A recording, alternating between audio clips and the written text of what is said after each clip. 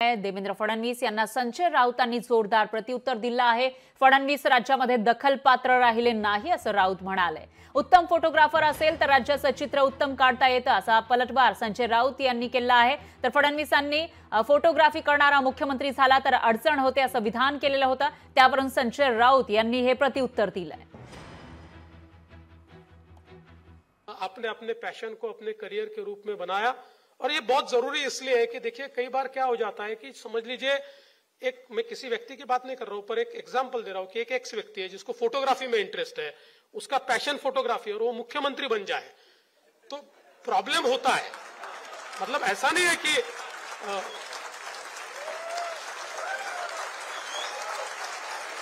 मैंने किसी का नाम नहीं लिया, ये कोई राजनीतिक कार्यक्रम नहीं है, मैंने किसी का नाम नहीं लिया, मैं केवल एग्जाम्पल के तौर पर कह रहा हूं।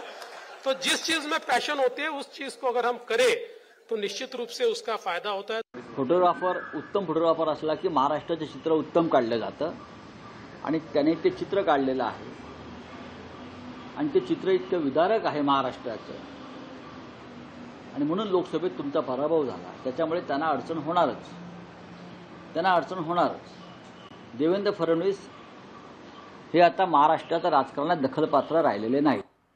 तर यावर आशिष शेलार यांनी काय प्रतिक्रिया दिली आहे तीही बघूया। असं वाटतं की संजय राऊत यांच्यावर आता कोणी अदखलपात्र गुन्हा करत नाहीत। इतकेचे महाराष्ट्राच्या राजकारणातले अदखलपात्र विदूषक झाले आहेत, त्यांची उंचीच नाही देवेंद्र फडणवीसवर बोलायची। त्यामुळे सूर्यावर थुंकण्याचं काम तुम्ही रोज करा संजय राऊत, तुमच्या तोंडावरच थुंकी उडेल।